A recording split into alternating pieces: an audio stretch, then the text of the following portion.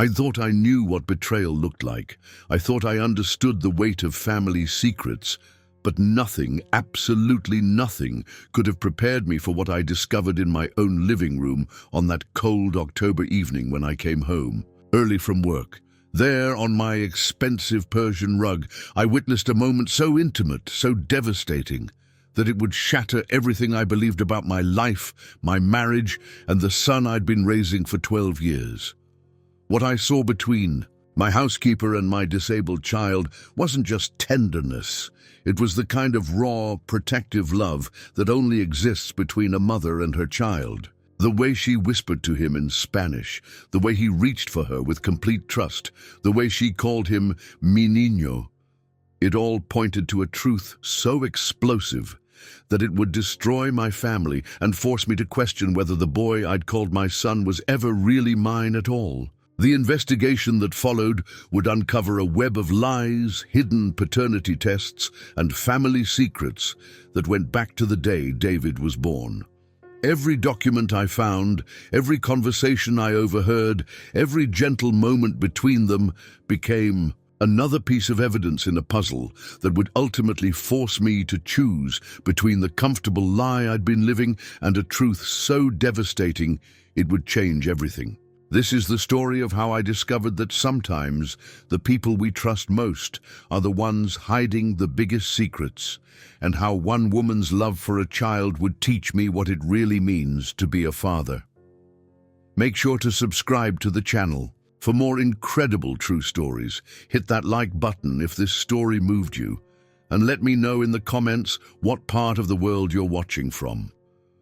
Your support helps us bring these powerful stories to life.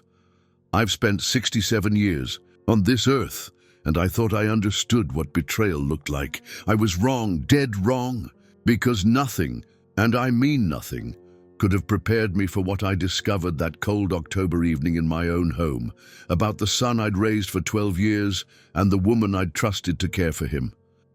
My name is Harold Peterson, and I built Peterson Construction from nothing but calloused hands and stubborn determination.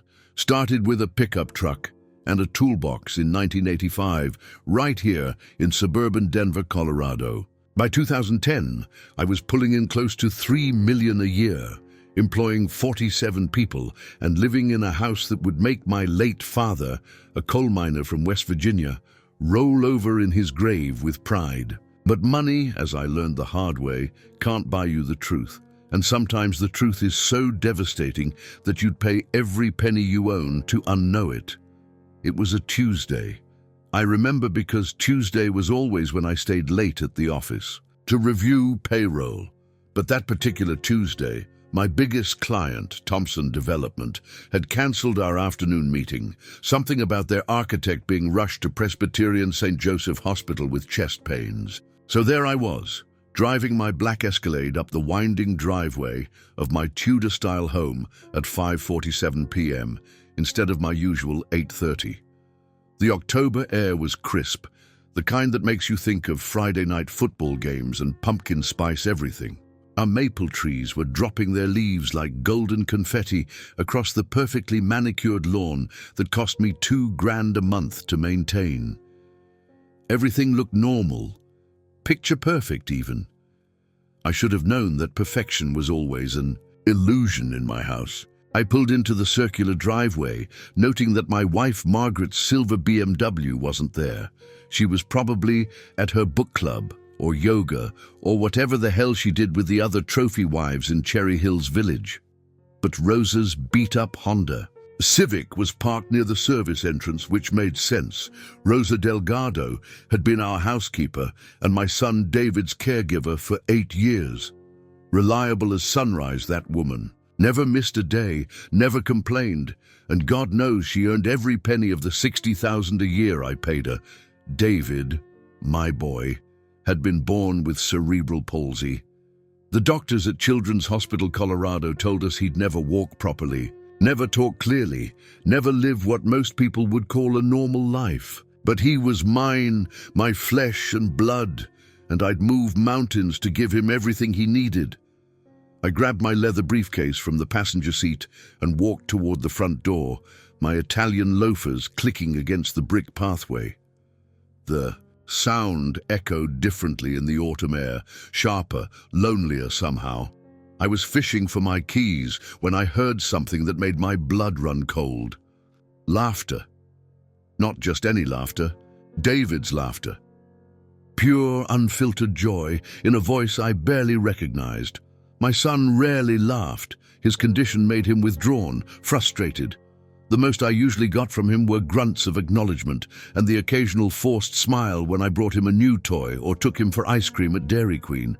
But this was the sound of a child who felt loved, truly, deeply loved.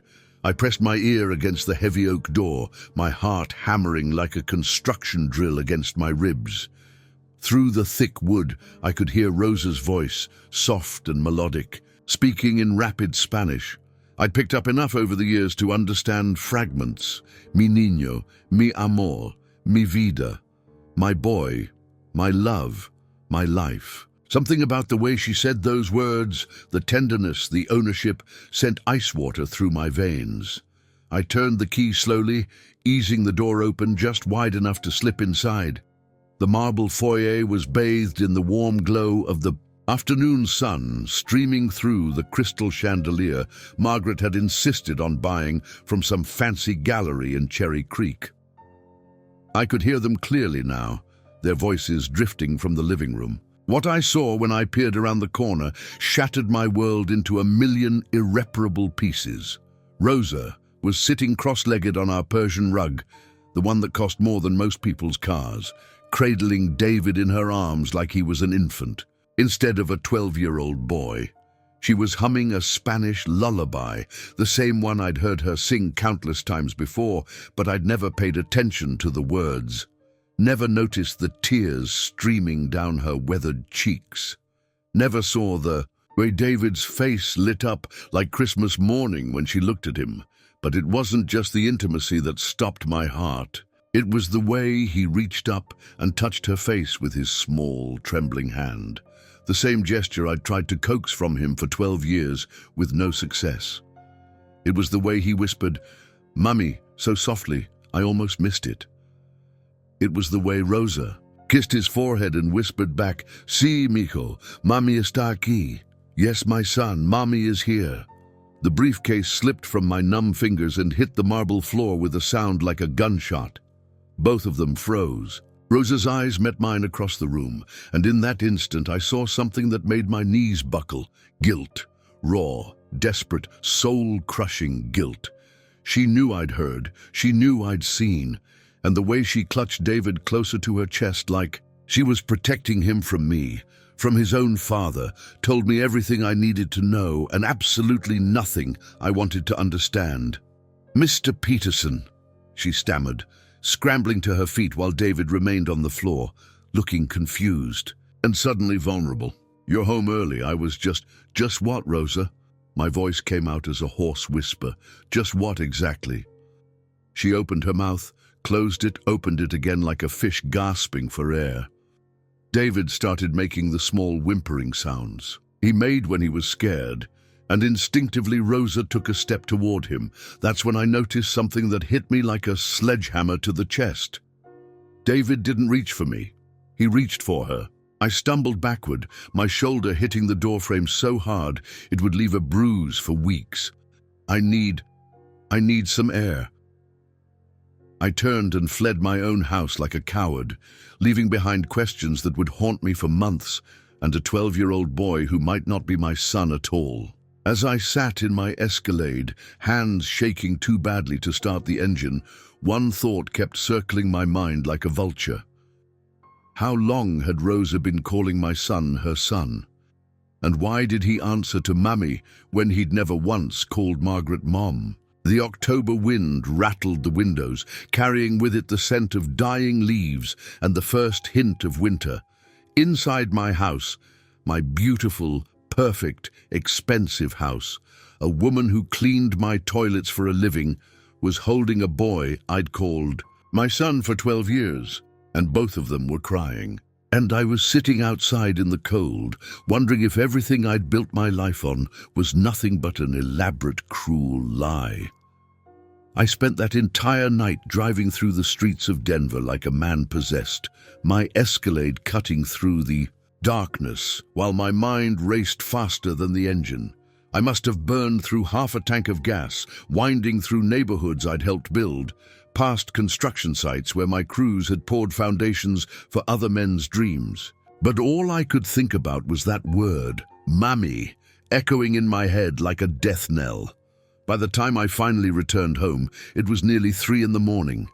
The house was dark except for the porch light Margaret always left on, casting long shadows across the brick facade that now felt more like a mausoleum than a home. Rosa's Honda was gone, of course. She typically left by 6:30 each evening, after preparing David's dinner and helping him with his evening routine. But tonight, she'd probably fled the moment my taillights disappeared down the driveway. I sat in the driveway for another 20 minutes, staring at the second-floor window, where David's room glowed with the soft blue light of his nightlight, a seahorse that projected moving waves across his ceiling. Margaret had bought it at some overpriced boutique in Lodo, claiming it would help him sleep better. Now I wondered if it had been Rosa's suggestion all along. Margaret was asleep when I finally crept upstairs, her blonde hair spread across the Egyptian cotton pillowcase like spun gold. She didn't stir when I undressed in the dark, didn't ask where I'd been or why I smelled like cigarettes from the pack I'd bought at a gas station and chain-smoked in my car, like a teenager sneaking behind the school. At 42, my wife was still beautiful in that polished, high-maintenance way that money could buy and preserve. But lying there next to her, I felt like I was sharing a bed with a stranger. Sleep was impossible. Every time I closed my eyes, I saw Rosa's face, the guilt, the fear, but also something else, something that looked dangerously like love. Not the kind of love a caregiver develops for a special needs child in their care, but the fierce, protective love of a mother whose cub has been threatened. The next morning dawned gray and cold, with the kind of Colorado weather that makes you question why anyone ever left the East Coast. I found Margaret in the kitchen, already dressed in her yoga outfit, black Lululemon leggings that probably cost more than Rosa made in a week, and a matching top that showed off the results of her twice-weekly sessions with a personal trainer named Chad. "You were restless last night," she said, without looking up from her green smoothie. Margaret had been on some kind of cleanse for the past 6 months, consuming nothing but vegetables and supplements that cost a fortune and made the house smell like a health food store. "Work stuff," I mumbled, pouring myself coffee from the machine that cost more than my first car. The Italian espresso maker was another one of Margaret's impulse purchases, bought during a weekend trip to Aspen with her sister. Everything in our house was expensive, imported, perfect, everything except the truth. Rosa arrived at exactly 7:30, just like she had every weekday for the past 8 years. I watched her through the kitchen window as she parked her Honda in the same spot, gathered her worn leather purse and a canvas bag that probably contained David's lunch. She moved with the same quiet efficiency she always had, but I could see tension in her shoulders, in the way she hesitated before using her key to enter through the service door. I pretended to read the Denver Post, but my eyes tracked her movements as she hung her coat in the mudroom and washed her hands at the utility sink. When she entered the kitchen, our eyes met for exactly 3 seconds before she looked away, focusing on Margaret instead. "Good morning, Mrs. Peterson," Rosa said in her careful, accented English. After 8 years, her pronunciation was nearly perfect, but she still struggled with certain words when she was nervous. This morning, morning came out as morning, the way it had during her first week on the job.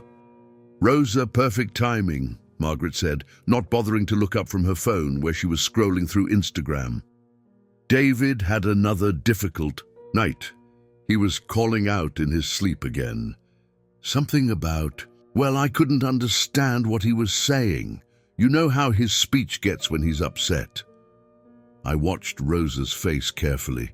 A micro-expression, was it pain, flashed across her features before she composed herself. "I'll check on him," she said simply. "He's still sleeping," Margaret continued, finally glancing up. "Dr. Morrison increased his medication last week, remember? He should sleep until at least 9. Rosa nodded, but I could see her hands trembling slightly as she began preparing David's breakfast. She moved around our kitchen with the familiarity of someone who belonged there, knowing exactly where Margaret kept the special organic cereal. David preferred which cabinet held his adaptive utensils, how he liked his orange juice diluted because the acid bothered his stomach. She knew my son better than I did. The realization hit me like a physical blow. "I'll be upstairs," Margaret announced, grabbing her yoga mat from the pantry. "That new instructor is covering for Bethany today, and I want to get there early to introduce myself." She paused at the doorway, looking back at Rosa. "Oh, and David has that appointment with his physical therapist at 2. Can you handle the drive, or should Harold take him?" "I can take him," Rosa said quietly. "I know the way." Of course she did. She'd been taking him to appointments for years while I buried myself in work, telling myself I was providing for my family by building my business empire. I'd been so proud of being the breadwinner, the provider, the man who could afford the best care money could buy for his disabled son. But what good was money when your child felt more comfortable with the hired help than with his own father? After Margaret left, the kitchen fell into an uncomfortable silence. Rosa continued preparing David's breakfast, and I sat at the granite island, nursing my coffee and pretending to read emails on my phone. But I was really watching her, studying every movement, looking for clues I'd been too blind to see before. That's when I noticed something that made my stomach drop. Hanging from a chain around her neck, partially hidden beneath her simple white blouse, was a small silver locket. I'd seen it countless times before, but never paid attention. Now, as she leaned over to retrieve something from a lower cabinet, the locket swung forward, and I caught a glimpse of what was inside the partially open pendant. A photo. A tiny photo of a baby that looked exactly like David had at 6 months old. My hand started shaking so badly, I had to set down my coffee cup. Why would Rosa carry a photo of my son? Caregivers didn't typically wear jewelry with pictures of their clients' children. That was something mothers did, something grandmothers did, something family did. "Rosa," I said, my voice coming out rougher than I intended. She froze, a container of David's medication halfway to the counter. "Yes, Mr. Peterson." "How long have you had that locket?" Her hand flew to her throat instinctively, fingers closing around the small piece of jewelry like she was protecting a secret. It was a gift from my mother before she died." "But the photo inside..." The container slipped from her hands, clattering to the floor and spilling David's pills across the Italian tile. Rosa dropped to her knees immediately, frantically gathering the small white tablets as tears began streaming down her cheeks. "I'm sorry," she whispered over and over. "I'm so sorry, Mr. Peterson. I didn't mean... I never wanted..." I knelt beside her, helping to collect the scattered medication, and that's when I saw it clearly. The locket had fallen open completely, revealing not one photo, but 2. One side showed a baby I'd assumed was David. The other showed a young man with Rosa's eyes and David's nose, wearing what looked like a military uniform. "Who is that?" I asked, pointing to the man in the uniform. Rosa's sob caught in her throat. She sat back on her heels, clutching the locket to her chest like a lifeline. "My son," she whispered. "My Miguel. He died in Afghanistan in 2008. The timeline hit me like a freight train. 2008, the same year David was born. The same year Rosa had started working for us, arriving with impeccable references and a sadness in her eyes that I'd attributed to being far from family in Mexico. "Rosa," I said carefully, "why do you have a photo of David in the same locket as your deceased son?" She looked at me then, really looked at me, and I saw 12 years of pain, guilt, and love swirling in her dark eyes. "Because," she whispered, her voice barely audible above the humming of the refrigerator, "sometimes when I look at David, I see Miguel. The same sweetness, the same need for love, the same—" She trailed off, but I heard what she didn't say. The same abandonment by the man who should have been his father. From upstairs came the sound of David stirring, the creaking of his specialized bed, the soft whimper he always made when waking up disoriented. Rosa's head snapped toward the sound instantly, her maternal instincts kicking in faster than mine ever had. "I should go to him," she said, starting to rise. "No." The word came out sharper than I intended. "I'll go." Rosa's eyes widened in surprise. In 12 years, I could count on one hand the number of times I'd handled David's morning. Routine, that was Rosa's job, I'd always told myself. She was better at it, more patient, more capable, more loving. But as I climbed the stairs toward my son's room, Rosa's words echoed in my mind. "Sometimes when I look at David, I see Miguel." And I couldn't shake the terrifying thought that maybe, just maybe, there was more to that resemblance than grief-stricken imagination. David's room smelled like lavender and sadness. The custom-built space had cost me nearly $40,000 to design, adaptive furniture crafted by specialists in California, a ceiling painted to look like a sky full of stars, walls lined with sensory panels that were supposed to help with his development. Everything a loving father could provide for his special needs child. Everything except presence. I stood in the doorway, watching my son struggle to sit up in his hospital-style bed. At 12 years old, David was small for his age, his limbs thin and angular from the muscle weakness that came with his condition. His dark hair that had never quite matched Margaret's blonde or my sandy brown, stuck up in cowlicks that made him look even younger than he was. "Hey, buddy," I said softly, approaching the bed like I was afraid he might break. "How are you feeling this morning?" David's eyes, large and brown like melted chocolate, focused on me with difficulty. His condition made it hard for him to process visual information quickly, and I could see the confusion flickering across his features. He wasn't used to seeing me first thing in the morning. That was Rosa's time with him, their private ritual that I'd never bothered to intrude upon. "Papa," he said, using the Spanish word that had somehow become his name for me. I'd never questioned it before. Children pick up languages from their caregivers, after all. But now, every Spanish word that fell from his lips felt like another piece of evidence in a case I wasn't sure I wanted to solve. "Yes, it's Papa," I said, settling carefully on the edge of his bed. The mattress was specially designed to prevent pressure sores, filled with some kind of gel that responded to body temperature and weight. Another expensive solution to a problem I barely understood. "Rosa is downstairs making your breakfast. What do you say we get you cleaned up first?" The morning routine was more complex than I'd realized. David needed help with everything, transferring from bed to wheelchair, washing his face, brushing his teeth with the special electric toothbrush that compensated for his limited motor control. Each task that Rosa performed effortlessly took me 3 times as long, and by the time we made it downstairs, we were both frustrated and exhausted. Rosa was waiting in the kitchen with David's breakfast perfectly arranged on his adaptive plate, cut into small pieces, positioned exactly where his limited reach could access them.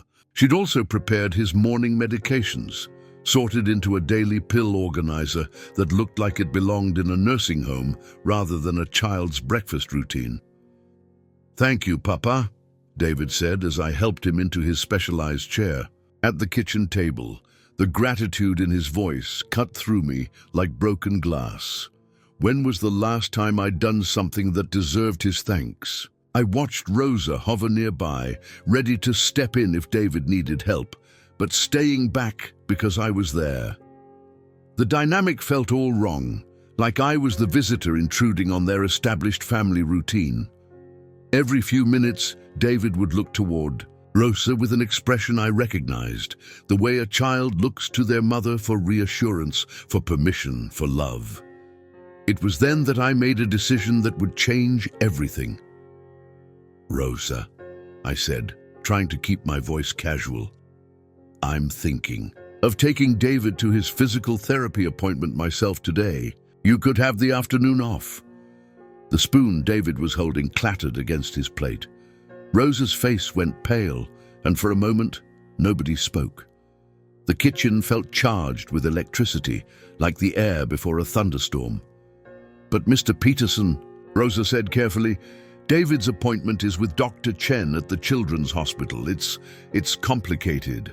There are forms and his medical history and the exercises she wants me to observe. I'm his father," I said, the words coming out harsher than I intended. "I think I can handle a doctor's appointment." David started making the small whimpering sounds that usually preceded a meltdown. His routine was sacred to him.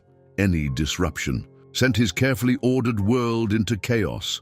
Rosa moved instinctively toward him, her hands reaching out to provide comfort, but she stopped herself when she saw my expression.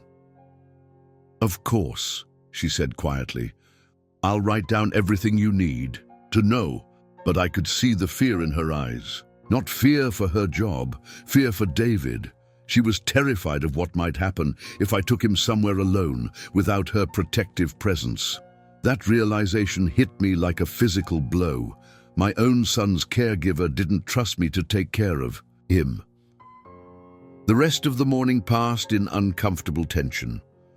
Rosa prepared a detailed folder with David's medical information, insurance cards, emergency contacts, and step-by-step instructions for managing his anxiety during medical procedures. She packed his comfort items, a worn, stuffed elephant named Dumbo, and a small blanket that smelled like her perfume, and whispered something to him in Spanish that made him nod solemnly. At 1:30, I loaded David into my Escalade, adjusting the booster seat that Rosa had positioned perfectly for his needs. She stood in the driveway watching us leave, her hands clasped so tightly in front of her that her knuckles were white. In my rear-view mirror, I could see her standing there long after we turned onto the main road. The drive to Children's Hospital Colorado should have taken 20 minutes. It took me 45 because David had 3 separate anxiety attacks along the way. Each time, I had to pull over and try to calm him down using techniques I'd watched Rosa employ, but had never practiced myself. By the time we arrived at the sprawling medical complex in Aurora, we were both emotional wrecks. Dr. Chen's office was located in the rehabilitation wing, a cheerfully decorated space filled with equipment that looked more like playground toys than medical devices. Dr. Sarah Chen was a tiny woman in her 50s with kind eyes and an efficiency that reminded me of Rosa. She greeted David with the familiarity of someone who'd been treating him for years. "Where's Rosa today?" she asked immediately, noticing the change in routine. David's eyes filled with tears at the mention of her name. "I decided to bring him myself," I said, settling into the chair designated for parents. "I'm his father, Harold Peterson." Dr. Chen's expression shifted subtly, surprise followed by something that might have been concern. She consulted her chart, flipping through pages of notes that chronicled years of David's care. "Mr. Peterson," she said carefully, "I have to say Rosa has been remarkably dedicated to David's treatment. She never misses an appointment, knows his medical history better than most parents, and has been instrumental in his progress over the years." "His progress?" I asked. "What kind of progress?" Dr. Chen looked at me strangely, as if I'd asked her to explain gravity. "David has made tremendous strides since beginning treatment here. His muscle tone has improved significantly, his balance is much better, and his communication skills have developed beyond our initial expectations." Rosa has been incredible about following through with home exercises and reporting any changes. In his condition, she paused, studying my face. Mr. Peterson, forgive me for asking, but how long has it been since you've attended one of David's appointments? The question hung in the air like an accusation. I tried to remember the last time I'd been to any of David's medical appointments: physical therapy, occupational therapy, speech therapy, neurology follow-ups. Rosa handled everything. She was the one who dealt with insurance companies, scheduled appointments, advocated for additional services. She was the one who knew which exercises David responded to, which medications made him drowsy, which activities triggered his anxiety. I've been busy with work, I said weakly, building the business, providing for his care. Of course, Dr. Chen said diplomatically, but I could see the judgment in her eyes. Well, let's get started then. David, are you ready to show Papa what you've been working on? The next hour was a revelation. I watched my son work with specialized equipment, performing exercises that demonstrated strength and coordination I didn't know he possessed. Dr. Chen guided him through balance activities, fine motor skills practice, and stretching routines that he knew by heart. Every few minutes, David would look around anxiously, clearly searching for Rosa's encouraging smile and familiar voice. He's looking for Rosa, Dr. Chen observed quietly during a brief break. She's been his constant companion through all of this. He trusts her completely. More than he trusts me, I said, the admission bitter in my mouth. Dr. Chen's expression softened. Mr. Peterson, raising a child with special needs requires tremendous patience and consistency. It's not unusual for children like David to form strong attachments to their primary caregivers, especially when those caregivers have been with them since early childhood. Since early childhood? I repeated. Rosa started working for us when David was born. Dr. Chen consulted her chart again, frowning slightly. According to my records, Rosa has been David's primary caregiver since he was approximately 6 months old. She's listed as his emergency contact, she's authorized to make medical decisions in your absence, and she's been incredibly consistent about his care. 6 months old. That meant Rosa had been caring for David since before his first diagnosis, since before we even knew the extent of his disabilities. She'd been there for his first seizure, his first word, his first smile. She'd been there for everything while I was busy building my empire. Dr. Chen, I said slowly, in your professional opinion, what would happen if Rosa was no longer part of David's care team? The doctor's face grew serious. Mr. Peterson, that would be extremely traumatic for David. Rosa isn't just his caregiver, she's his primary attachment figure.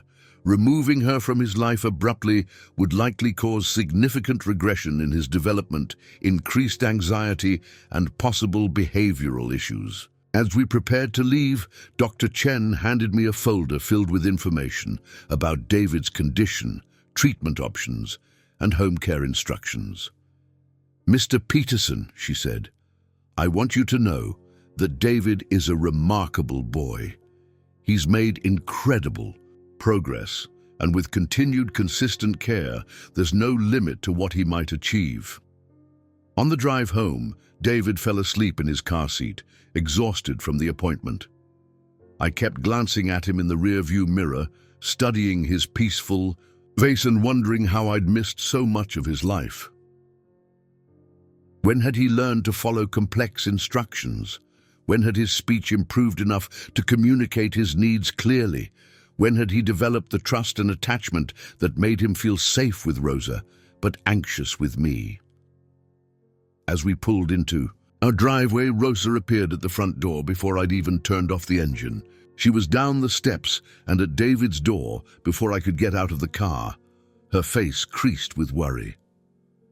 "How did it go?" she asked, her hands already working to unbuckle David's seatbelt. "Was he okay? Did he cooperate with Dr. Chen?" David stirred as she lifted him from the car seat, and his face immediately relaxed when he saw her. "Mummy," he whispered, wrapping his thin arms around her neck. There it was again. That word that had started this whole nightmare. But watching Rosa hold my son, watching the way his entire body melted into her embrace, the way her eyes filled with tears of relief, I began to understand that maybe the nightmare wasn't the word itself. Maybe the nightmare was the truth it represented. The weeks that followed my visit to Dr. Chen's office became a living hell of hypervigilance and paranoia. Every interaction between Rosa and David felt loaded with hidden meaning. Every Spanish word, every gentle touch, every shared glance between them seemed to carry the weight of secrets I was terrified to uncover. I started working from home more often, telling myself it was to spend quality time with my son, but really I was conducting surveillance in my own house. I became a detective in my own life, cataloging evidence that might not even exist. The way Rosa's voice changed when she spoke to David, softer, more musical, like she was singing lullabies even when she was just asking him to eat his vegetables. The way she unconsciously touched her locket whenever David had a seizure or one of his difficult days. The way she seemed to anticipate his needs before he even expressed them, like some kind of maternal telepathy that went beyond professional caregiving. But it was during Thanksgiving week that the foundation of my world truly began to crack. Margaret's sister, Jennifer, was visiting from Phoenix with her husband, Robert, and their twin daughters. Jennifer had always been the more successful sister, a successful real estate attorney who drove a Porsche and lived in a house that made ours look modest.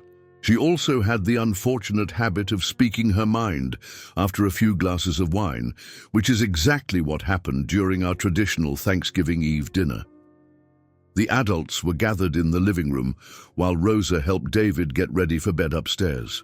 The conversation had moved from politics to local gossip when Jennifer, on her third glass of Chateau Margaux, suddenly looked directly at me with the kind of expression that meant trouble was coming. "Harold, can I ask you something that's been bothering me for years?" she said, swirling her wine with the practiced elegance of someone who'd learned to drink expensive alcohol in law school. Margaret shot her sister a warning look, but Jennifer was already past the point of subtle family diplomacy. Robert, her husband, was pretending to study his phone with the intensity of a man who'd learned to disappear during his wife's more inflammatory moments. "Sure," I said, though every instinct in my body was screaming at me to change the subject. "Don't you think it's a little strange that Rosa has basically raised your son?" Jennifer continued, her voice carrying that particular brand of cruelty that comes wrapped in concern. "I mean, she's wonderful, don't get me wrong, but David barely acknowledges you exist, Harold. When we visit, he runs to Rosa like she's his mother and treats you like, well, like the landlord." The room fell silent except for the crackling of the gas fireplace. Margaret's face had gone white, and she was staring at her wineglass like it contained the secrets of the universe. Robert cleared his throat uncomfortably and muttered something about checking on the girls. "Jennifer," Margaret said sharply, "that's completely inappropriate." "Is it?" Jennifer pressed on, her attorney instincts kicking in now that she'd drawn blood. "Because I've been wondering about it for years. Remember when David was born? Remember how you were so secretive about everything? The hospital stay, the paternity test that you insisted on, but then never talked about the results." My blood turned to ice water. "What paternity test?" The question fell into the room like a grenade with the pin pulled. Margaret's wine glass slipped from her fingers and shattered against the marble floor, sending red wine splashing across our cream-colored Persian rug like blood at a crime scene. "Margaret," I said slowly, my voice barely recognizable to my own ears. "What paternity test?" Jennifer's face had gone from flushed with wine to pale with realization. She'd clearly said something she wasn't supposed to say, revealed a secret that had been carefully guarded for 12 years. But the attorney in her also recognized that there was no walking back from this moment. "Margaret," Jennifer whispered. "I thought he knew."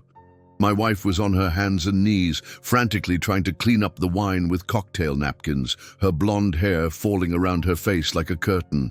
But I could see her shoulders shaking, could hear the small sounds she was making that might have been sobs or might have been hyperventilation.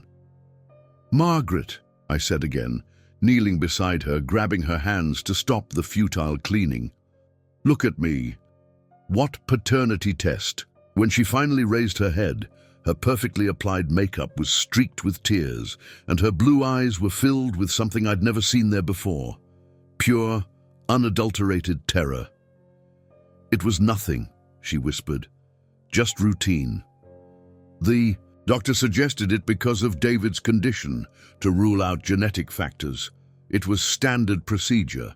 But Jennifer was shaking her head, her lawyer's training making it impossible for her to let a lie stand unchallenged. "Margaret, that's not what you told me. You said you needed to know for sure because what?" I demanded, my voice echoing off the vaulted ceilings. "Because there was a possibility," Margaret said so quietly I almost missed it, "that David might not be yours." The words hit me like a physical blow. I sat back on my heels, staring at my wife of 15 years, trying to process what she'd just admitted. Around us, the broken wine glass caught the firelight like scattered rubies, and somewhere upstairs, I could hear Rosa reading David his bedtime story in her soft, musical Spanish. "Whose child is he?" I asked. Margaret's face crumpled completely. "I don't know," she sobbed. "I thought he was yours. I hoped he was yours. But there was someone else, around the time David was conceived." The living room spun around me like a carnival ride. 15 years of marriage, 12 years of raising a child I'd thought was mine, 8 years of employing a woman who might know more about my son's parentage than I did. The elaborate life I'd built suddenly felt like a house of cards in a hurricane.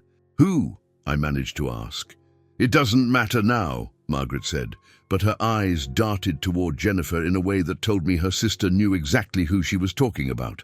"It was Robert's brother," Jennifer said quietly, her attorney's instinct for truth overriding family loyalty. "Marcus, the one who died in that car accident when David was 2. Marcus Rodriguez." I remembered him vaguely. Robert's younger brother who'd worked construction, had a drinking problem, and died when his pickup truck hit a tree on Highway 36 during a snowstorm. He'd been at our wedding, had worked briefly for one of my subcontractors, had been around our social circle, just enough to be a presence without being a friend. "The paternity test," I said numbly. "What were the results?" Margaret's sob caught in her throat.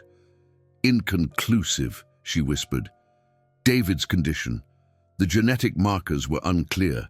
The doctor said we could do more extensive testing, but by then Marcus was dead, and I thought it was better not to know." Better not to know. My wife had chosen ignorance over truth, had built our entire family on the foundation of maybe, possibly, hopefully. And I'd been so busy working, so focused on providing financial security, that I'd never questioned why my son looked nothing like me, why he spoke Spanish before English, why he seemed more comfortable with our Hispanic housekeeper than with his own father. "Does Rosa know?" I asked. The question hung in the air like smoke. Margaret and Jennifer exchanged another look, and I saw the answer in their faces before either of them spoke. "Rosa is Marcus's cousin," Jennifer said quietly. "She came to work for you right after David was born because Margaret called her. Desperate for help with a baby she wasn't sure how to care for." The room tilted sideways. Rosa wasn't just David's caregiver, she was potentially his family, his real family. The woman who'd been cleaning my toilets and raising my son might actually be his aunt, the closest thing to a blood relative he had left in the world. Everything made sense now. The locket with 2 photos, her dead son Miguel And the nephew she'd been secretly caring for. The way she spoke Spanish to David, teaching him about his culture in ways I'd never thought to question. The maternal instincts that went beyond professional training. The way David called her Mummy, because in every way that mattered, she was his mother. I thought about Dr. Chen's words about David's remarkable progress, about the consistency and love that had shaped his development. I thought about the woman who'd sacrificed her own life to care for a child who might be her blood, who'd loved him unconditionally while his legal father remained a stranger. "How long have you known?" I asked Margaret. "I suspected from the beginning," she admitted, "but I convinced myself it didn't matter. You were so excited about having a son, so proud. And when David was born with his condition, I thought it was punishment for my mistake." Punishment. She'd seen our son, my son, regardless of biology, as divine retribution for her infidelity. No wonder she'd struggled to bond with him. No wonder she'd been so willing to let Rosa take over his care. From upstairs came the sound of Rosa's voice, singing a Spanish lullaby that I now realized might be a family song, passed down through generations of a culture that David belonged to more than he belonged to mine. The melody drifted down through the expensive house I'd built to show the world how successful I was, how much I could provide for my family. But I hadn't provided love. I hadn't provided presence. I hadn't provided the one thing David needed most, a father who saw him as more than an obligation or a burden.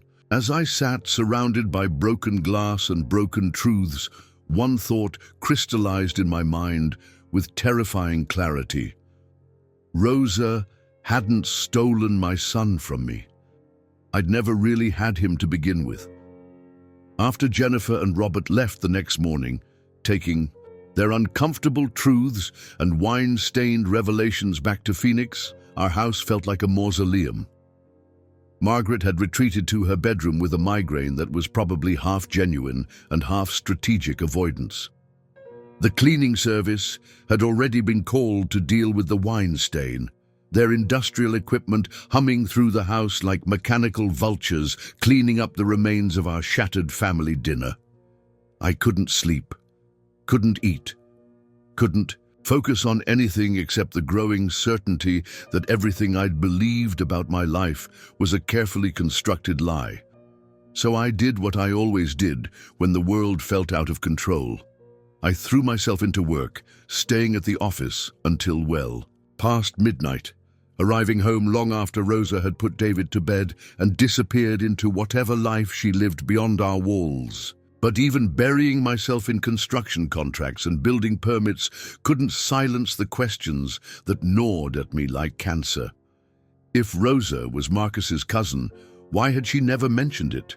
If she suspected David was her nephew, why had she maintained the charade of being just the hired help? And most torturously of all, what kind of man was I that my own son preferred the affection of someone who was paid to care for him? It was on a Thursday night in early December when I finally found the courage to confront the truth head-on. I'd been driving around Denver for hours, through neighborhoods where my crews were building new developments, past the office buildings that bore my company's signature, trying to find some sense of accomplishment in the empire I'd built. But all I could think about was David, probably asleep in his specialized bed, dreaming in Spanish, while his father sat in an Escalade, wondering if he'd ever really been a father at all. The house was dark when I finally pulled into the driveway. At nearly 11 p.m., Margaret's BMW was gone. She'd mentioned something about staying overnight at a spa in Vail with her book club friends, probably desperate to escape the toxic atmosphere that had settled over our home since Thanksgiving. But Rosa's Honda was still in the driveway, which was unusual.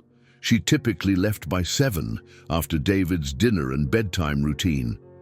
I let myself in through the front door, expecting to find the house empty, except for David sleeping upstairs. Instead, I heard something that made my blood freeze, the sound of crying.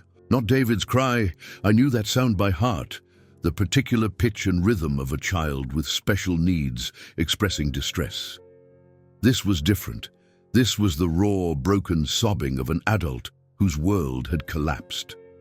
Following the sound, I made my way through the darkened house toward the kitchen, where a single light over the island cast long shadows across the granite countertops. And there, sitting at our breakfast table with her head in her hands, was Rosa. She was still wearing her work clothes, simple black pants and a white blouse that had seen better days, but her usually perfect hair was disheveled, and her shoulders shook with the force of her grief. Spread across the table in front of her were items I'd never seen before. A shoebox filled with photographs, official-looking documents, and what appeared to be letters written in Spanish. I stood in the doorway for a long moment, watching. This woman I'd employed for 8 years, but had never really seen. She looked smaller somehow, more fragile, like the weight of whatever she was carrying had finally become too much to bear alone. "Rosa," I said softly. She looked up with a gasp, her face streaked with tears and her dark eyes wide with something between fear and relief.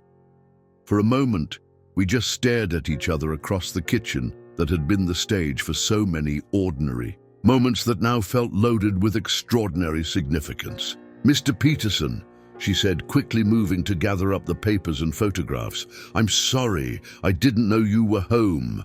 I was waiting to make sure David was settled for the night. Sometimes he has bad dreams when Mrs. Peterson is away." But her movements were clumsy with emotion, and several photographs scattered to the floor. I moved forward instinctively to help her collect them, and that's when I saw what had reduced this strong, capable woman to tears. The photos were of David, not recent photos. These looked like they'd been taken over the past several years with an inexpensive camera or maybe a phone. David at various stages of his development, learning to use his wheelchair, working with physical therapists, celebrating what looked like birthdays or holidays. But these weren't the professional portraits that Margaret commissioned every year, or the candid shots I occasionally took with my phone. These were intimate photos, the kind a mother takes to document every precious moment of her child's growth.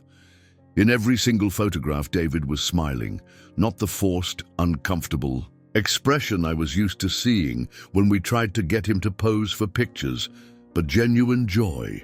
The kind of happiness I'd seen that first night when I discovered Rosa holding him in the living room.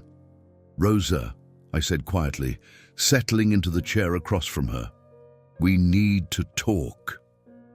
She nodded, tears still streaming down her face, and slowly began spreading the photos across the table like tarot cards, revealing a future I wasn't sure I wanted to see. "His name," she said in a voice barely above a whisper, "his real name is Miguel David Rodriguez Peterson." The words hit me like physical blows. Miguel, the same name as the son she'd lost in Afghanistan, the boy whose photo she carried in her locket. David, the name Margaret and I had chosen. Rodriguez, Marcus's last name, the surname that should have been David's if biology trumped legal documents. Peterson, the name I'd given him, the only claim I had to a child who might not be mine. "When Margaret called me 12 years ago," Rosa continued, "she was desperate. She had this baby, this beautiful, complicated baby, and she didn't know how to care for him. She knew about my connection to Marcus, knew that I'd lost my own son, and she thought maybe I could help." She picked up one of the documents from the table, David's birth certificate. I'd seen it before, of course, but now I noticed details that had escaped me the first time. The father's name was listed as Harold Peterson, but the handwriting looked uncertain, and there was a faint mark where something might have been erased and written over. "Margaret never told me directly," Rosa said, "but I knew. From the moment I saw David, I knew he was Marcus's son. He has the same eyes, the same laugh, the same way of tilting his head when he's concentrating. Marcus used to do that when he was working on something difficult. She pulled out another photo, this one older, showing a young man in military fatigues. It took me a moment to recognize Marcus Rodriguez, but once I did, the resemblance to David was unmistakable. Not just physical features, but something in the expression, the way he held himself, the gentle intelligence in his eyes. "Why didn't you tell me?" I asked. Rosa was quiet for a long moment, studying her hands folded in her lap. "Because it wouldn't have changed anything," she said finally. "Marcus was dead. David needed care, love, stability. You were providing for him, giving him everything money could buy, and I got to be near him, to help raise him, to watch him grow. It was enough." But I could see in her eyes that it hadn't been enough. 8 years of loving a child she couldn't claim, of being the mother he needed while pretending to be just the help. 8 years of watching me stumble through fatherhood while she possessed all the instincts and knowledge I lacked. "The locket," I said. She touched her throat automatically, her fingers finding the small silver pendant that held the photos. Of both her sons, the one she'd lost to war and the one she could never truly claim. "Miguel died fighting for this country," she said. "He never got to have children, never got to pass on his name or his stories. But when I look at David, I see my Miguel's spirit. The same gentleness, the same curiosity about the world. It's like God gave me a second chance to be a mother, even if I could never admit it." The kitchen felt charged with emotion, thick with 12 years of unspoken truths and buried feelings. I thought about all the times I'd watched Rosa with David, all the moments when I'd felt like an outsider in my own family. She hadn't been usurping my role as his father. She'd been filling a void I'd created with my absence and emotional distance. "Does David know?" I asked. Rosa shook her head. "He's too young to understand these complications. To him, you are. Papa and I am just Rosa who takes care of him. But sometimes, when he's scared or hurt, he calls me Mummy, and my heart breaks a little more each time." I picked up one of the recent photos. David at what looked like a school function, probably taken by Rosa from the audience. He was wearing his good clothes, the ones I'd bought him for special occasions, but rarely saw him in because I was never there for the special occasions. His face was bright with concentration as he participated in some kind of performance, and in the background, barely visible, I could see Rosa's hand raised in encouragement. "He's made incredible progress," I said, remembering Dr. Chen's words. "He's an amazing boy," Rosa said, her voice filled with pride and love. "So smart, so determined. When the doctors said he might never walk, he proved them wrong. When they said his speech would be limited, he started talking in 2 languages. He has Marcus's stubborn streak and his grandfather's gentle heart." His grandfather. Rosa was talking about David's paternal grandfather, a man I'd never met, family members I'd never known David had. For 12 years I'd been raising a child, and while completely ignorant of half his heritage, half his identity. "What happens now?" I asked. Rosa began gathering up the photos again, her movements careful and deliberate. "Nothing changes," she said. "David needs stability, routine. He needs you to be his father because that's what you've been, regardless of biology. And he needs me to take care of him because that's what I've been doing since he was 6 months old." But as she spoke, I could see the exhaustion in her face, the weight of carrying this secret for so many years. She'd been living a lie just as much as I had, pretending to be the employee when she was really family, hiding her love for a child who might be her blood. As we sat there in the kitchen, where she'd prepared thousands of meals for a boy we both loved in different ways, I realized that the truth hadn't changed anything about David's needs or his future. He was still the same child who required constant care, who deserved unconditional love, who had never asked to be born into this web of secrets and lies.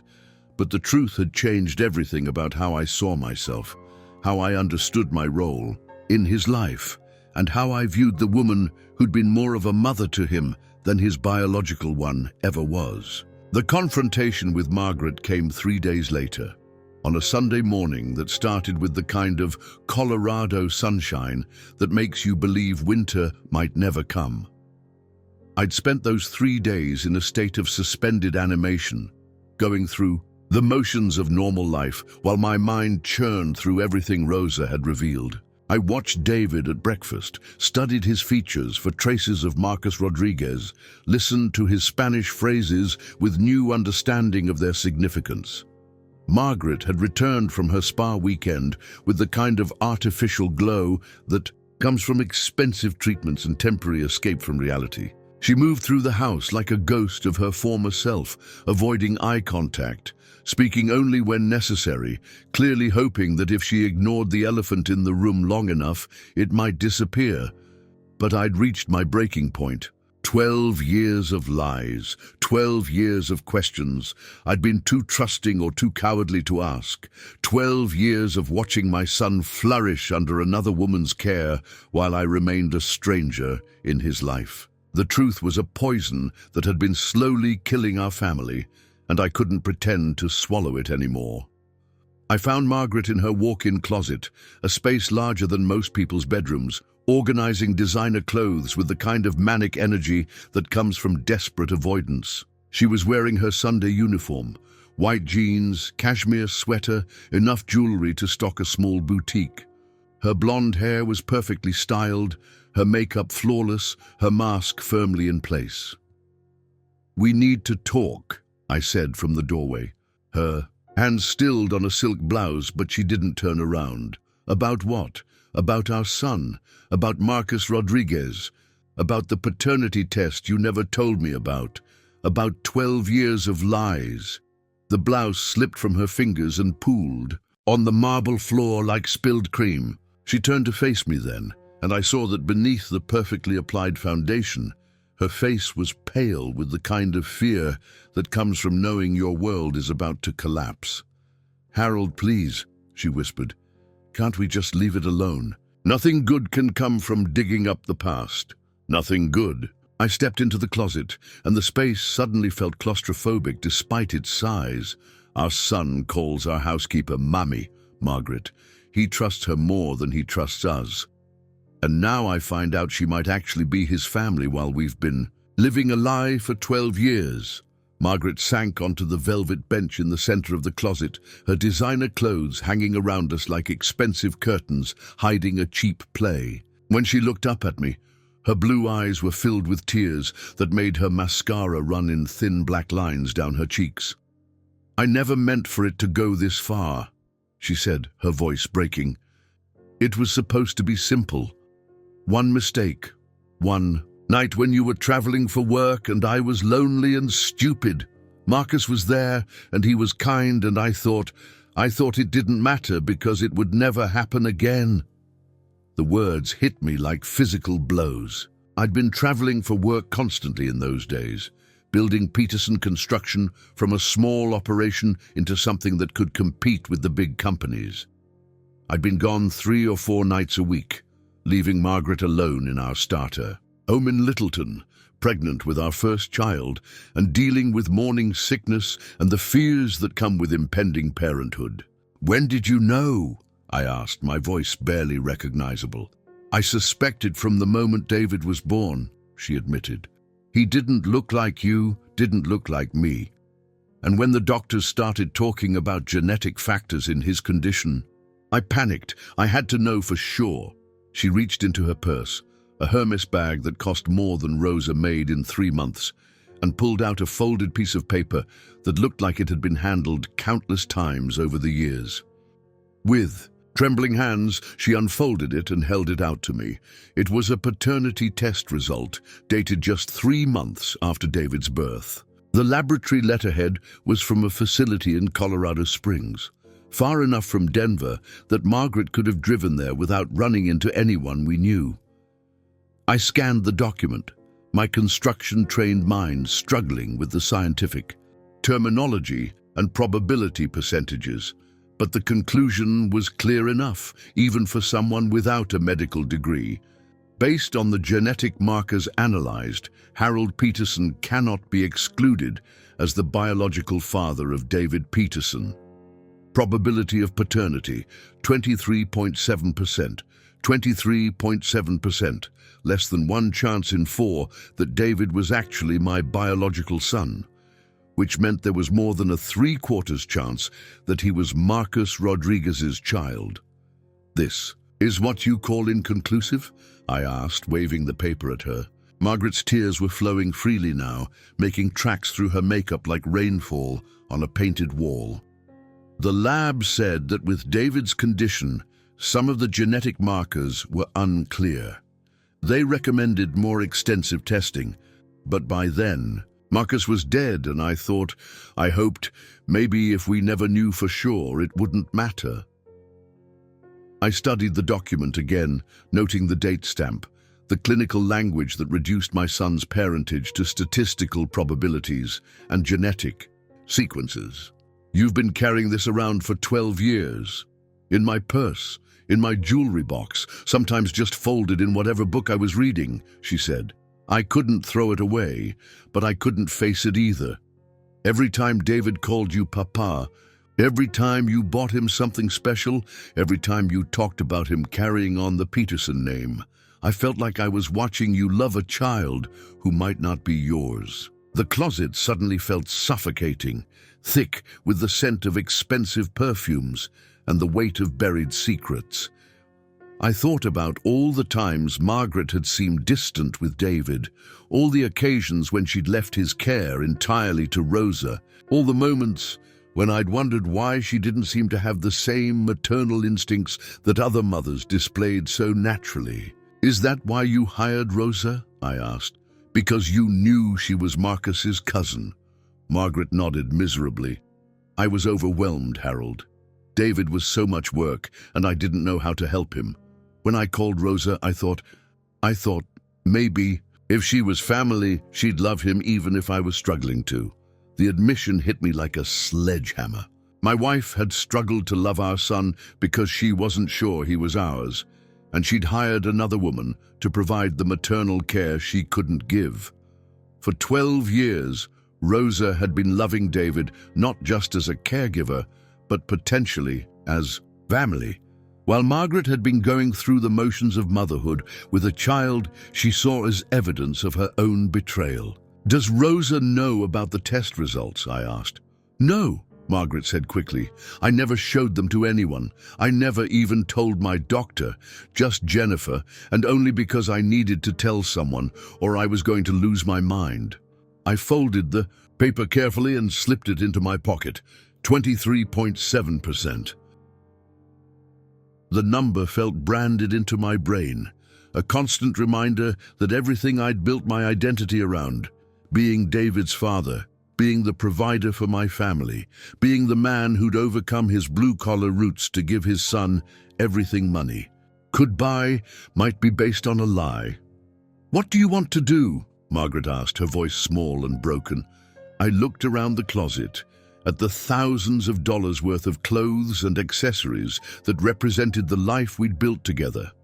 The successful businessman and his beautiful wife, living in their dream house, raising their special needs son with the help of devoted staff. From the outside, we probably looked like the American dream made manifest, but dreams built on lies have a way of turning into nightmares. I want another test, I said, a definitive one. DNA sequencing, genetic mapping, whatever the most advanced technology available can tell us. I want to know for certain whether David is my son. Margaret's face went white. And if he's not? The question hung in the air between us like a sword waiting to fall. If David wasn't my biological son, what did that mean for our family, for my relationship with him, for Rosa's role in his life, for the 12 years I'd spent building my identity around being his father? I don't know, I admitted. But I can't keep living with maybes and probabilities. David deserves better than parents who aren't sure if they're really his parents. From downstairs came the sound of David's laughter, probably playing with Rosa in the living room while we destroyed our family in the privacy of a closet filled with expensive lies. That sound, pure joy from a child who had no idea his world was built on such shaky foundations, made my decision for me. Schedule the test, I told Margaret, the most comprehensive one available, and this time we're going to face the results together, whatever they are. As I left Margaret sitting among her designer clothes and expensive guilt, I realized that the truth, whatever it turned out to be, couldn't be worse than the uncertainty that had been eating away at our family for 12 years. David deserved to know who he really was, and I deserved to know whether the love I felt for him was based on biology or something deeper. But first, I had to figure out how to tell a 12-year-old boy with special needs that everything he thought he knew about his family might be about to change forever. The DNA test results arrived on a Tuesday afternoon in February, delivered by FedEx to my office like any other business document.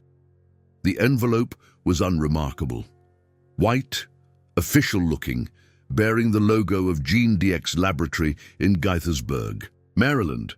I'd specifically chosen a lab outside of Colorado, wanting to ensure complete confidentiality and the most advanced testing available. The comprehensive analysis had cost nearly $3,000 and taken 6 weeks to complete. I sat in my office on the 20th floor of the Republic Plaza building, staring at that envelope for what felt like hours. Through the floor-to-ceiling windows, I could see the Front Range Mountains covered in fresh snow, their peaks catching the afternoon sunlight like broken glass. Below me, Denver sprawled out in all directions, a city I'd helped build, filled with structures my company had erected. But all that success, all that accomplishment, felt meaningless compared to the piece of paper in my hands that would determine whether I was really David's father. Margaret was waiting at home. We'd agreed that I would open the results first, alone, and then call her. She'd been a wreck for weeks, barely eating, jumping every time the phone rang, spending hours in David's room just watching him sleep as if she was memorizing his face before everything changed. David himself had no idea what was happening. To him, the cheek swab had been just another medical procedure, routine as his blood draws or physical therapy sessions. Rosa had held his hand during the sample collection, translating the technician's instructions into Spanish and singing softly to keep him calm.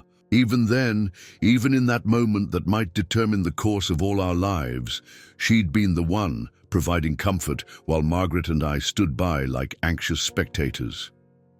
I opened the envelope with hands that shook like an old man's, unfolding. The multi-page report with its complex charts and scientific terminology.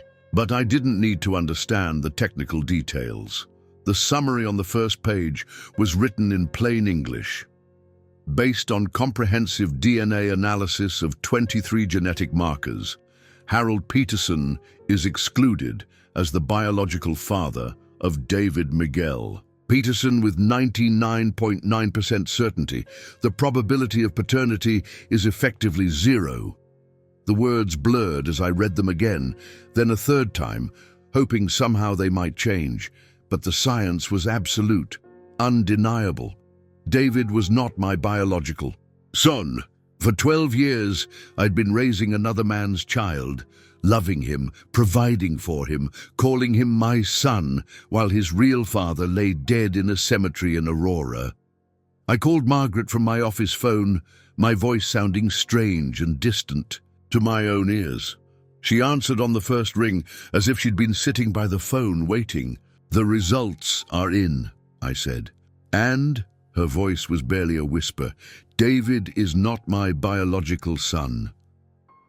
The silence that followed lasted so long I thought the call had dropped. Then I heard a sound that will haunt me forever, a keening wail of grief and guilt that seemed to come from the depths of Margaret's soul. She'd suspected for 12 years, had carried the weight of uncertainty all this time, but hearing the definitive answer still shattered something inside her. "Oh God," she sobbed. "Oh God, Harold, I'm so sorry. I'm so sorry." I drove home in a daze, the test results folded in my jacket pocket like a death certificate. The familiar streets of my neighborhood looked different somehow, as if the world had shifted slightly off its axis. The Tudor-style house that had represented everything I'd worked to achieve now felt like a monument to self-deception. Margaret was waiting in the living room, still in her pajamas at 4 in the afternoon, her face ravaged by tears and the kind of grief that comes from watching your life implode in slow motion. Rosa was upstairs with David, helping him with his homework, their voices drifting down like an echo of the family I'd thought I had.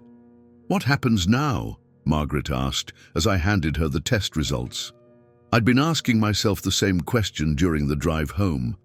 What did happen now? David was still the same boy he'd been that morning, still needed his medications, his physical therapy, his specialized care. He still laughed at the same jokes, still struggled with the same challenges, still lit up when someone showed him genuine affection. The DNA test hadn't changed anything about who he was, but it had changed everything about who I was. "I don't know," I said honestly. "I need time to think." That evening, after Rosa had left and Margaret had retreated to her bedroom with another migraine, I sat in David's room watching him sleep. His face in repose looked so much like the photos Rosa had shown me of Marcus. The same bone structure, the same peaceful expression, the same dark lashes against pale cheeks. How had I never seen it before? How had I been so blind to the obvious truth that everyone else seemed to know? David stirred in his sleep, making the small sounds that usually preceded a nightmare. Without thinking, I reached out and smoothed his hair back from his forehead the way I'd done thousands of times before. He settled immediately, his breathing returning to the steady rhythm of deep sleep. My hand was still resting on his head when the full weight of my situation hit me. This boy, who'd never been my biological son, had been the center of my universe for 12 years. Every major decision I'd made, the house we lived in, the insurance policies I carried, the will I'd written, the college fund I'd been building, had been shaped by my desire to provide for David's future. My identity as a father had been built around caring for a child who carried another man's DNA. The next few days passed in a blur of impossible decisions and painful conversations. I had to tell my parents, who'd been proudly displaying photos of their grandson for 12 years. I had to inform my lawyer about updating David's legal status in my will and insurance policies. I had to figure out how to explain to my business partners why I might suddenly be distracted from company operations. But the hardest conversation of all was the one I had with Rosa. I found her in the kitchen on Thursday morning, preparing David's lunch with the same meticulous care she'd shown for 8 years. She looked up when I entered, and I saw in her eyes that she already knew. Maybe she'd overheard Margaret crying on the phone with her sister, or maybe she'd simply recognized the shell-shocked expression I'd been wearing since Tuesday. "Mr. Peterson," she said quietly, "we should talk." I nodded, pouring myself coffee with hands that still trembled slightly. "The DNA test confirmed what you suspected. David is Marcus's son." Rosa's face didn't change, but I saw her grip tighten on the sandwich she was making. "And now you know," she said simply. "Now I know that for 12 years I've been raising your nephew while thinking he was my son." The words hung between us, loaded with implications neither of us wanted to fully explore. Rosa set down the sandwich and turned to face me fully, her dark eyes filled with a mixture of sadness and something that might have been fear. "What does this mean for David?" she asked. "What does this mean for his future?" It was the question that had been tormenting me for days. David was legally my son. His birth certificate still listed me as his father, and I'd been his primary financial support since birth. But morally, ethically, what did I owe to a child who wasn't mine? What did I owe to the woman who'd been his real family all along? I don't know, I admitted. I'm trying to figure out what's best for everyone. Rosa was quiet for a long moment, studying my face with the intensity of someone trying to read a foreign language. Then she said something that cut through all. My confusion and self-pity like a knife through silk. Mr. Peterson, with respect, this isn't about what's best for everyone. This is about what's best for David. And David needs stability, consistency, love. He needs the people who've been caring for him to continue caring for him. Biology doesn't change that. She was right, of course, but acknowledging her rightness meant acknowledging that my role in David's life had always been secondary to hers, that the bond I thought I'd built with him was based on proximity and financial support rather than any deep emotional connection. He calls you Mummy, I said. Yes, she said quietly. And he calls you Papa. Both of those relationships matter to him. That afternoon, I made a decision that surprised even me. I called my lawyer and asked him to begin the process of legally recognizing Rosa as David's guardian, giving her the authority to make medical and educational decisions that I'd been making as his father. I also asked him to set up a trust fund that would ensure David's care for the rest of his life, regardless of what happened to me or my marriage. Margaret fought me on it, of course. She saw it as an admission of guilt, a public acknowledgement of her infidelity and our family's dysfunction. But I'd moved past caring about appearances or protecting Margaret's reputation. David deserved to have his real family recognized, and Rosa deserved to have her years of devotion acknowledged legally as well as emotionally. The paperwork would take months to complete, but that evening I sat David down and tried to explain in terms his 12-year-old mind could understand that our family was going to be changing. I told him that Rosa wasn't just his caregiver anymore. She was family, officially and permanently. I told him that no matter what else happened, he would always be loved and cared for. David listened with the serious expression he wore when trying to process complex information. When I finished explaining, he was quiet for a long moment. Then he looked up at me with those dark eyes that I now knew came from Marcus Rodriguez and said something that broke my heart and healed it at the same time. "Papa," he said in his careful, deliberate way, "does this mean Rosa can stay forever?" "Yes," I told him. "Rosa can stay forever." As I tucked him into bed that night, David reached up and touched my face the way he sometimes did when he was trying to communicate something important. "I love you, Papa," he said, "even if I'm not really yours." And in that moment I realized that he was more mine than he'd ever been before, not because of shared DNA, but because of shared love, shared history, and the choice to keep choosing each other despite everything that had tried to tear us apart. 2 years have passed since that February afternoon, when a piece of paper changed the course of my life, forever. As I sit here now, 67 years old, and watching the sunset paint the Colorado mountains in shades of gold and crimson, I realize that sometimes the most profound truths come wrapped in the most devastating packages. David is 14 now, navigating the complexities of adolescence with the same determination he's shown in overcoming every challenge his condition has presented. His speech has improved dramatically. He can hold conversations in both English and Spanish with an eloquence that amazes his teachers. His physical therapy has progressed to the point where he can walk short distances with the aid of his specialized braces. And just last month, he shocked everyone by standing up unassisted to give a presentation at school about Mexican cultural traditions. That presentation was Rosa's idea, of course. She'd been working with him for months, teaching him about his father's heritage, about the Rodriguez family history that stretches back to Guadalajara and beyond. Watching David speak with pride about the traditions of his biological father's culture, I felt something I'd never experienced before. The joy of seeing a child discover his true identity, even when that identity had nothing to do with me. Margaret and I divorced 18 months ago. It was surprisingly amicable, considering the circumstances. She moved to a condominium in Cherry Creek, close enough to maintain a relationship with David, but far enough to start rebuilding her life without the constant reminder of her betrayal.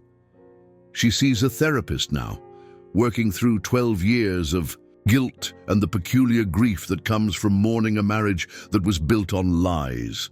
The house felt too big after she left, echoing with memories and expensive emptiness.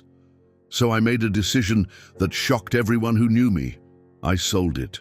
The Tudor mansion that had represented everything I'd achieved, every dream I'd built, gone, replaced by a smaller ranch-style home in Arvada that's completely accessible for David's needs.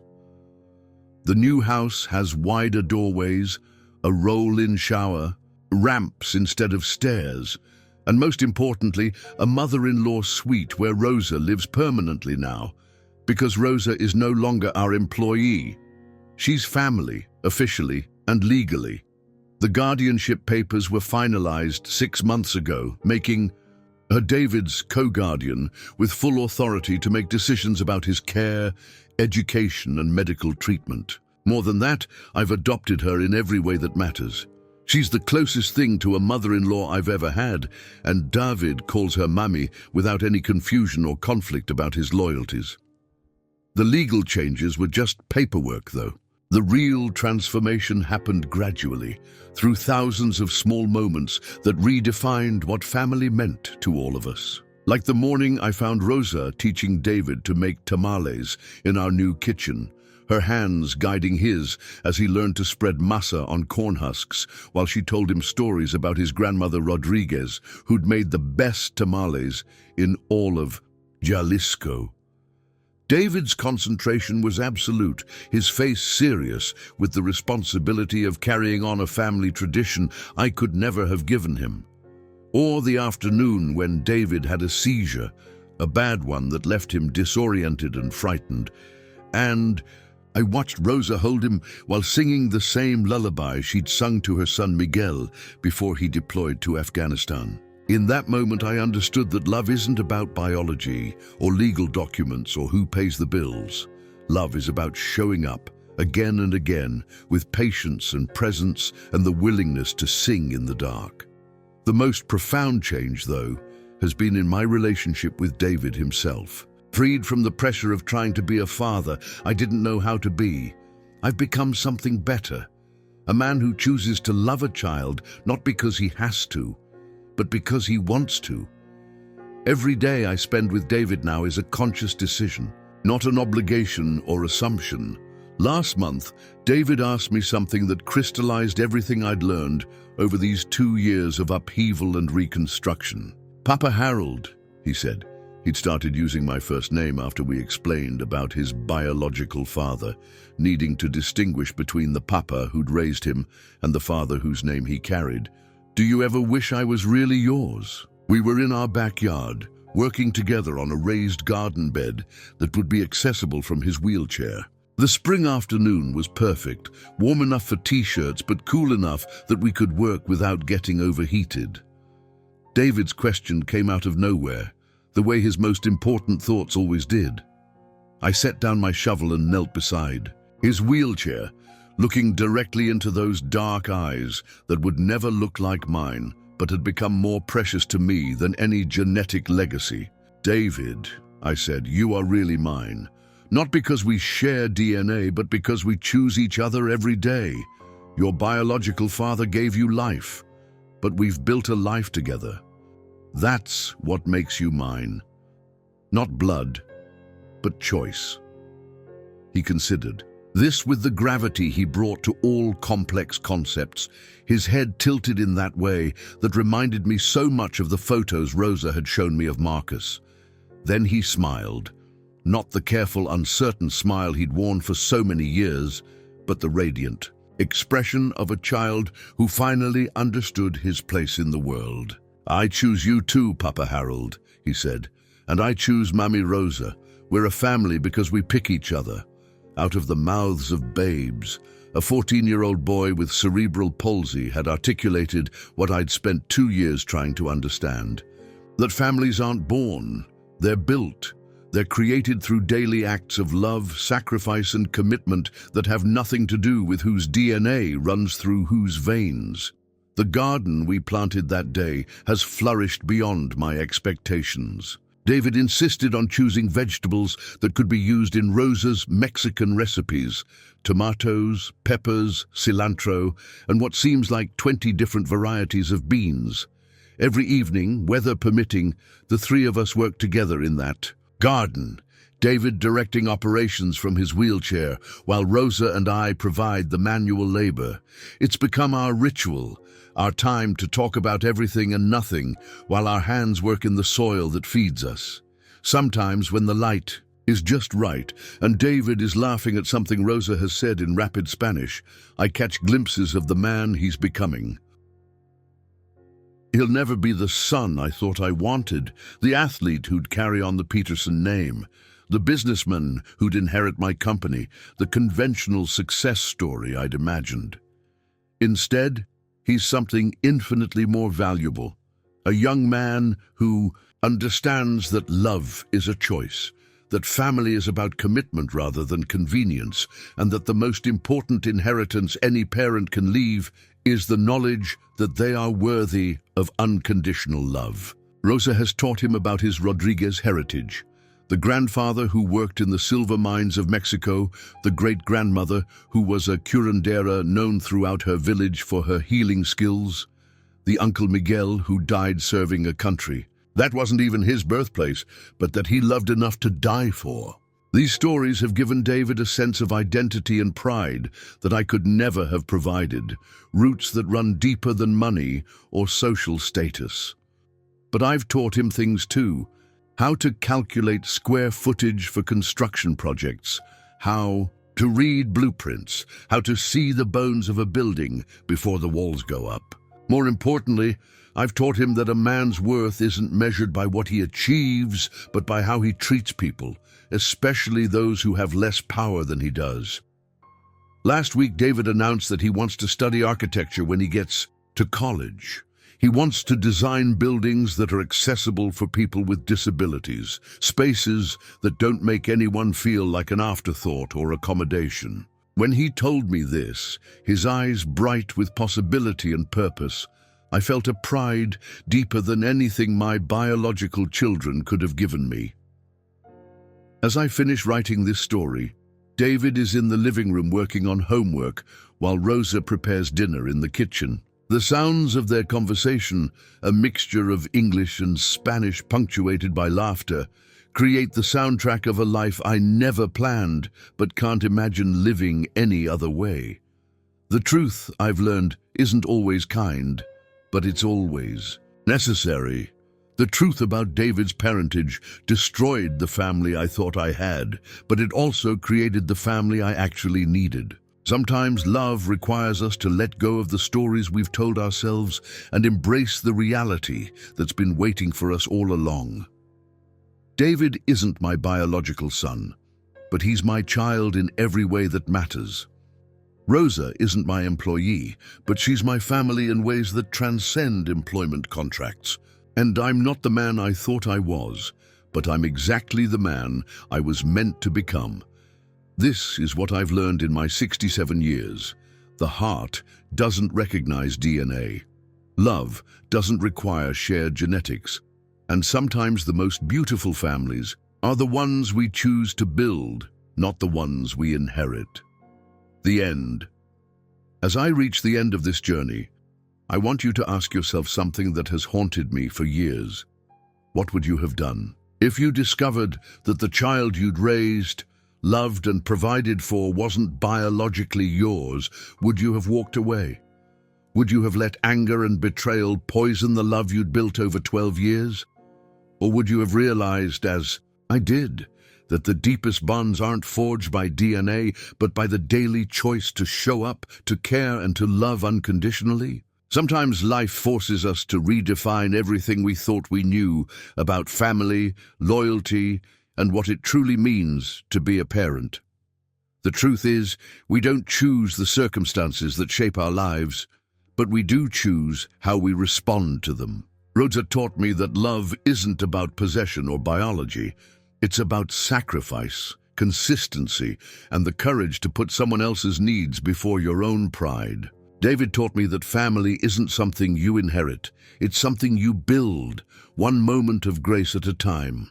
And my own journey taught me that sometimes losing everything you thought you wanted is the only way to discover what you actually need. I share this story not for sympathy, but because I believe that somewhere out there, someone else is facing their own moment of devastating truth. Someone else is discovering that their life isn't what they thought it was. And I want them to know that on the other side of that destruction, there's a chance to build something more authentic, more meaningful, and more beautiful than anything they could have imagined. True strength isn't about holding on to what was never really yours. It's about having the wisdom to let go and the courage to choose love anyway. If this story touched your heart or made you think differently about what makes a family, please subscribe to our channel, give this video a like, and share it with someone who might need to hear this message. Your support helps us continue sharing these powerful stories that remind us of our shared humanity.